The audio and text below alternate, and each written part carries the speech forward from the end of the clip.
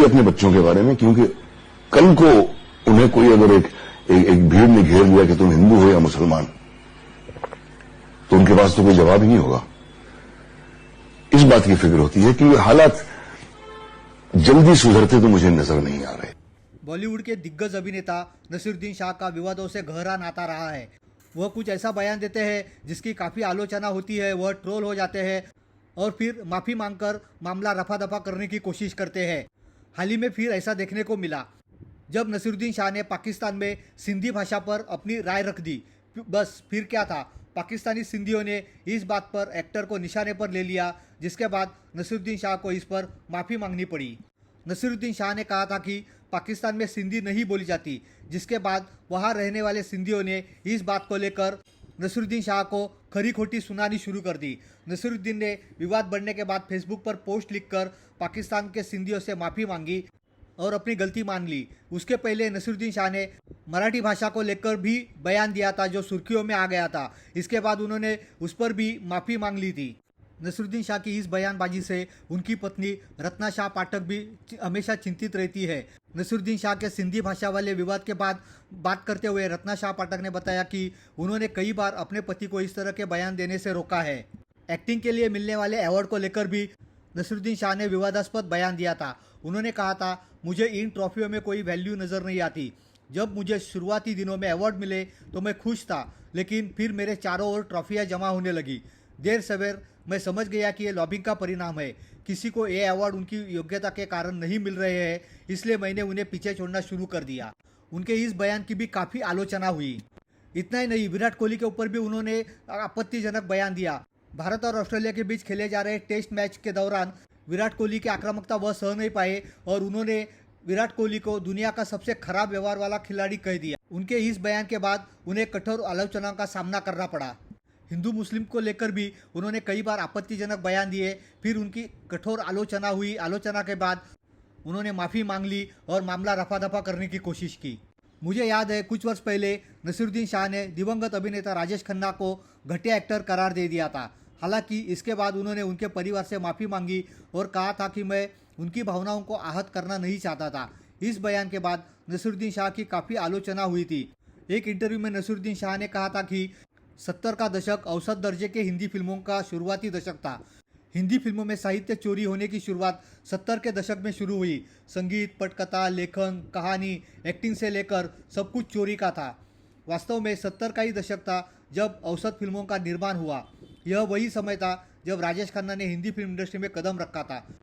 उनकी तमाम सफलताओं और स्टारडम के बावजूद मैं उन्हें एक घटिया एक्टर मानता हूँ। मैं जब भी उनसे मिला वह मुझे बौद्धिक तौर पर भी सबसे कम जागरूक लगे। राजेश खन्ना पर नसीरुद्दीन के इस बयान से इंडस्ट्री में काफ़ी हंगामा मचा था। राजेश खन्ना की पत्नी डिम्पल खन्ना ने कड़ा ऐतराज जताया था। सलीम खान ने कहा था कि उन्हें एक साधारण एक्टर कहने वाले को पता होना चाहिए कि बिना किसी एक्स्ट्रा ऑर्डिनरी टैलेंट के कोई इतनी ऊंचाइयों पर नहीं पहुंच सकता। मशहूर गीतकार जावेद अख्तर ने तो कहा था कि नसीरुद्दीन शाह को कामयाब लोग पसंद नहीं है। मैंने कभी नहीं सुना कि वे किसी कामयाब शख्स की तारीफ कर रहे हो। वे दिलीप कुमार से लेकर अमिताभ बच्चन तक सबको कोस चुके हैं। नसीरुद्दीन शाह की इस बयान से राजेश खन्ना की बेटी ट्विंकल खन्ना भी नाराज हो गई थी। उन्होंने उनसे कहा था, यदि आप किसी जिंदा शख्स की इज्जत नहीं कर सकते तो कम से कम इस दुनिया से जा चुके शख्स की तो कर ही सकते हैं। इसके बाद नसीरुद्दीन शाह ने राजेश खन्ना के परिवार से माफ़ी मांगी थी। 2 वर्ष पहले नसीरुद्दीन शाह ने हरिद्वार में आयोजित धर्म संसद को लेकर सवाल उठाया था और कहा था कि 20 करोड़ लोग यूं ही हार नहीं मान जाएंगे, बल्कि अपने अधिकारों के लिए लड़ेंगे। उन्होंने यह भी कहा कि इस तरह के आयोजनों से देश में गृह युद्ध का खतरा पैदा होता है, जिसकी परवाह मौजूदा सरकार नहीं कर रही है। उन्होंने कहा कि भारत में मुगलों का इतिहास गौरवशाली रहा है। उन्होंने इस देश को संगीत, नृत्य जैसी कला दी तो कई ऐतिहासिक स्मारक, इमारत आज भी उस काल के गौरव को बयां करते हैं। नसीरुद्दीन शाह ने कहा था कि मुगलों का इस देश में अहम योगदान रहा है। मुगलों के इतिहास और देश में अल्पसंख्यकों की स्थिति को लेकर दिया गया नसीरुद्दीन शाह का यह बयान सोशल मीडिया पर काफ़ी सुर्खियां बटोर चुका है। लव जिहाद पर भी नसीरुद्दीन शाह ने काफ़ी विवादास्पद बयान दिया था। उन्होंने कहा था कि लव जिहाद के नाम पर कई युवा लड़कों को परेशान किया जा रहा है। ये जो तमाशा चल रहा है, इससे समाज को बांटा जा रहा है। जिन्होंने इस शब्द को गढ़ा है उन्हें जिहाद शब्द का मतलब बिल्कुल ही पता नहीं है। मुझे नहीं लगता कि कोई भी इस बात को मानेगा कि एक दिन मुस्लिम की आबादी हिंदुओं से ज़्यादा हो जाएगी। उनका यह बयान काफ़ी विवाद में रहा। नसीरुद्दीन शाह ने डर लगने और जहर फैलाने वाला बयान दिया था, जिसके बाद वह ट्विटर पर ट्रोल हुए थे। बुलंदशहर हिंसा पर विवादित बयान देते हुए नसीरुद्दीन शाह ने कहा था कि फिक्र मुझे होती है अपने बच्चों के बारे में, क्योंकि कल को उन्हें कोई अगर एक भीड़ ने घेर लिया कि तुम हिंदू हो या मुसलमान, तो उनके पास तो कोई जवाब ही नहीं होगा। इस बात की फिक्र होती है कि ये हालात जल्दी सुधरते तो मुझे नजर नहीं आता। नसीरुद्दीन शाह ने सीएए एनआरसी पर बात करते हुए एक्टर अनुपम खेर को जोकर बताया था। Like Anupam Kher has been very vocal. I don't think he needs to be taken seriously. He is a clown. Any number of his contemporaries from NSD and FTI can attest to his sycophantic nature. It's in his blood. He can't help. इसके बाद अनुपम खेर ने भी नसीरुद्दीन शाह को अच्छा जवाब दिया था।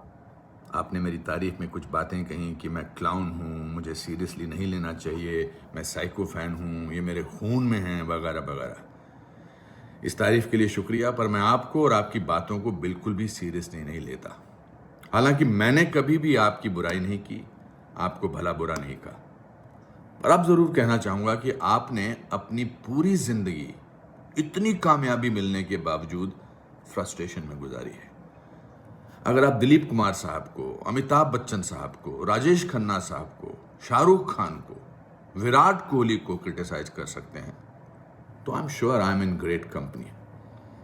और इनमें से किसी ने भी आपकी स्टेटमेंट्स को सीरियसली नहीं लिया, क्योंकि हम सब जानते हैं कि ये आप नहीं बल्कि बरसों से आप जिन पदार्थों का सेवन करते हैं उनकी वजह से क्या सही है और क्या गलत है, आपको इसका अंतर ही नहीं पता लगता। मेरी बुराई करके अगर आप एक दो दिन के लिए सुर्खियों में आते हैं तो मैं आपको ये खुशी भेंट करता हूं। भगवान आपको खुश रखे। आपका शुभचिंतक अनुपम। और आप जानते हैं मेरे खून में क्या है? मेरे खून में है हिंदुस्तान। इसको समझ जाइए बस। फिल्म केरला स्टोरी के सक्सेस को लेकर भी उन्होंने ऐसे ही विवादास्पद बयान दिया था। फिल्म की सक्सेस को उन्होंने डेंजरस ट्रेंड बताया था। उन्होंने कहा कि मैंने यह फिल्म देखी नहीं और ना ही देखने वाला हूँ। इस फिल्म से बहुत खतरनाक ट्रेंड शुरू हो गया है। हम नाजी जर्मनी की तरफ बढ़ रहे हैं। हिटलर के वक्त भी फिल्म मेकर्स को ऐसी फिल्में बनाने के लिए अपॉइंट किया जाता था और फिल्म बनाने को कहा जाता था। अब यहाँ भी कुछ ऐसा ही होने लगा है। मैंने फिल्म देखी नहीं है, ना ही मैं इसे देखने का इरादा रखता हूँ, क्योंकि मैंने इसके बारे में काफ़ी कुछ पढ़ लिया है। कुछ दिन पहले नसीरुद्दीन शाह ने कहा, यह समय बहुत चिंताजनक है। जिस तरह की चीज़ें चल रही है वह विशुद्ध और स्पष्ट रूप से प्रोपेगेंडा है। इसके खूब मज़े लिए जा रहे हैं। यह दिखा रहा है कि कैसा वक्त चल रहा है। आजकल पढ़े लिखे लोगों के बीच भी मुस्लिमों से नफरत करना फैशनेबल बन गया है। सत्ता में जो पार्टी है उसने बड़ी चालाकी से लोगों की नस पकड़ ली है। हम बात करते हैं सेक्युलर ये, लोकतंत्र वो, फिर क्यों हम हर चीज़ में धर्म को घुसा रहे हैं। नसीरुद्दीन शाह का सीधा निशाना द कश्मीर फाइल्स और द केरला स्टोरी जैसी फिल्मों पर था। नसीर ने आगे कहा, आजकल आ रही फिल्मों का मिजाज भी हकीकत दर्शा रहा है, जो कि इस्लामोफोबिया है। उन्होंने इलेक्शन कमीशन को भी घेरा। उन्होंने कहा कि राजनेता वोट के लिए धर्म का इस्तेमाल कर रहे हैं और चुनाव आयोग मूक दर्शक बना हुआ है। नसीरुद्दीन शाह ने अमिताभ बच्चन और उनकी फिल्मों को लेकर भी तमाम बातें कही थी। नसीरुद्दीन शाह ने कहा था, किसी भी अभिनेता को लोग उनकी फिल्मों के लिए याद रखते हैं। अमिताभ बच्चन ने तो कोई ग्रेट फिल्म नहीं बनाई है। शोले को मैं ग्रेट फिल्म नहीं मानता हूँ। शोले मज़ेदार ज़रूर है, लेकिन किसी भी एंगल से ग्रेट फिल्म नहीं है। नसीरुद्दीन शाह हमेशा अपने नए प्रोजेक्ट या नए फिल्म के प्रचार के वक्त इस तरह के आपत्तिजनक या विवादास्पद बयान देते हैं। उसके बाद वो ट्रोल हो जाते हैं और फिर माफ़ी भी मांग लेते हैं। इससे उन्हें उस फिल्म या नए प्रोजेक्ट के लिए कितना फ़ायदा होता है या उनको खुद को कितना फ़ायदा होता है, यह सोचने वाली बात है।